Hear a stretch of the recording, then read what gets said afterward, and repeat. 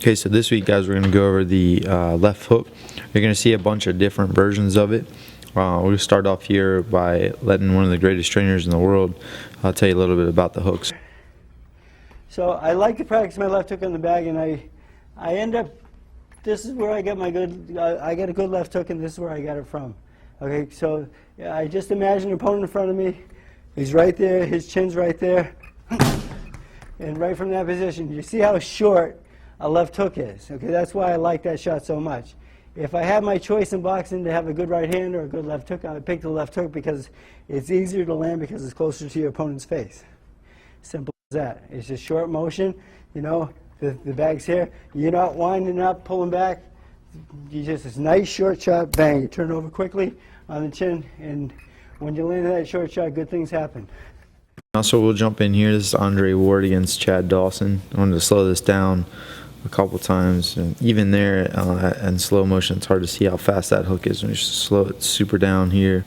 There's a very short hook. It's very similar to the way that Freddie was saying he likes to throw it. Keeps it very tight, but sometimes he'll loop it here too. You can see he kind of looped that one a little bit more. He's coming around and down. I actually use that to set up a round kick a lot. You can see here's this is the last flurry of their fight. On his way in, catches a real short hook here. Notice he puts the whole hand across the jawline there, and that was the finish.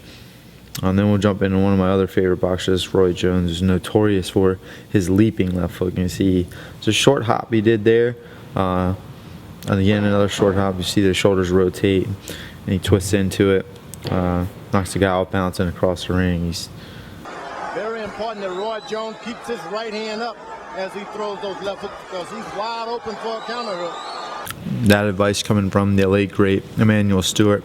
Obviously one of the most important things, keeping that right hand up whenever throwing the left hook. Again, one thing to think about, and as you can see, we get caught in the face here with the jab. You know, it's not smart to keep that hand down, but a lot of guys who favor that left hook will actually let that hand drop down, trying to a lot of times bait in a straight punch so that they can rotate in and hop into that hook, or just throw the hook from where they are, either way. But with Roy, he always liked to kind of keep that hand floating down and so he could hop into that hook. You know, so he uses it to counter here, jumps in and finishes off. And we got Griffin pointing to somebody in the audience here. As you can see, a very effective punch. He tried to get back up a couple times. Doesn't work out for him. I think the ref should have tackled him, probably held him down. So moving along, Mark Hunt, Stefan Struve. Mark Hunt, another one of my favorite fighters. Little guy, 5'10". He's fighting Stefan Struve's half-inch short of 7 feet.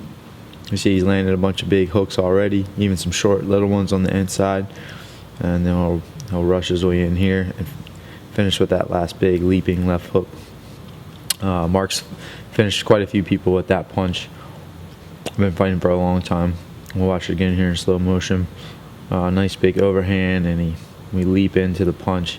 And he broke Struve's jaw in half with that punch. So, moral of the story, work on your hook, whichever one you like, whether it be short, whether you loop it a little bit, you know, and keep your feet planted, or you hop into it. The important thing to remember is to make sure that you keep that opposite hand up. For the southpaw, it's obviously going to be the left hand, but keep your opposite hand up. Make sure that you're protecting your face. The best counter to a lead hook is another lead hook, so you want to make sure that your hand is up. A pretty good example of two people doing it incorrectly and one person paying for it is this Condit and Hardy knockout here. Something to think about. So keep those hands up. Make sure you guys are drilling, and throw those left hooks out there. Great setup for your round kick, and overall one of the best punches that you'll know.